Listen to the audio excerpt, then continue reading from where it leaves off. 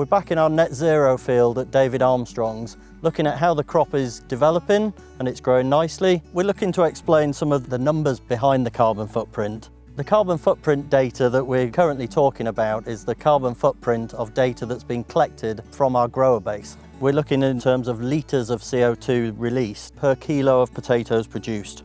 Growing, 5 litres. Fertiliser and pesticide, 22 litres. Storage, 8 litres. Diesel usage, 9 litres. Today we're going to be looking at the differences between the low levels of nitrogen and conventional levels of nitrogen.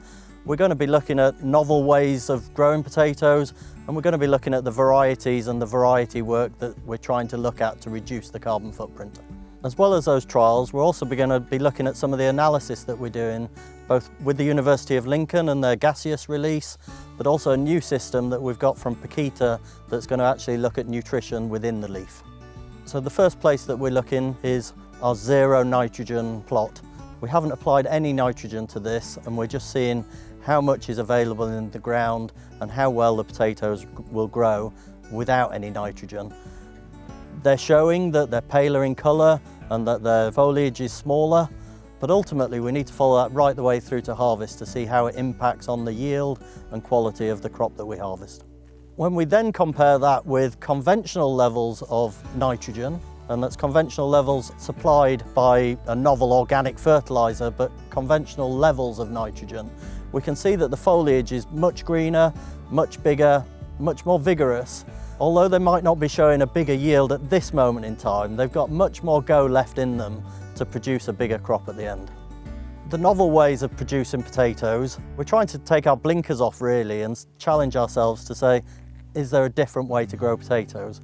One suggestion has been growing under straw, where the theory is you don't disturb the soil. You place the tubers on top of the soil, then cover them in straw. The roots grow down into the soil and the tubers are left in the layer between the straw and the soil, meaning that when you come to harvest, you're just scooping up the top layer of potatoes and soil. Even more unusually, in this area, we've just literally made holes in the area that we want to plant the potatoes, planted the potatoes in and covered them back over. We'll have to wait and see how that's going to affect the harvest process.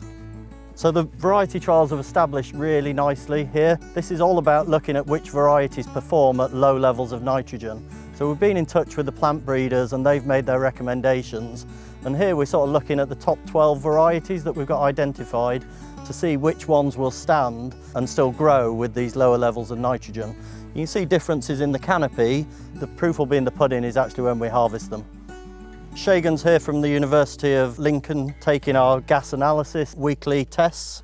So these chambers have been put on the surface of the soil, collecting all the gas that's coming up out of the soil, and then Shagan will take a sample from the chamber and that will go into a vial and off to the lab for analysis. And it will give us all of the gases that are coming up out of the soil, the NOx gases that are related to fertiliser use. And so this is really interesting work because it's field scale and we've been doing it right the way from the cultivations through the planting, and we'll carry on right the way through the harvest process as well. So this is the new piece of Paquita kit. It's really quick and easy to use in the field. You just go into the field, pick some leaves, and instantly you get the results. So this is my net zero field, and I can see the range of all of my different nitrogen treatments. So I can see that my no N is actually short of nitrogen, where my 160 has got the right amount of nitrogen in it. And I can track it through the growing season, and I can do it with all of the other nutrients as well. And we can see deficiencies before they become an issue. This is important because it means that we can reduce the carbon footprint by not providing excess nitrogen and only giving it what it needs at the time. Whilst we're working really hard to reduce the carbon footprint of potatoes, we must remember that when we compare it with pasta and rice, it already is very low.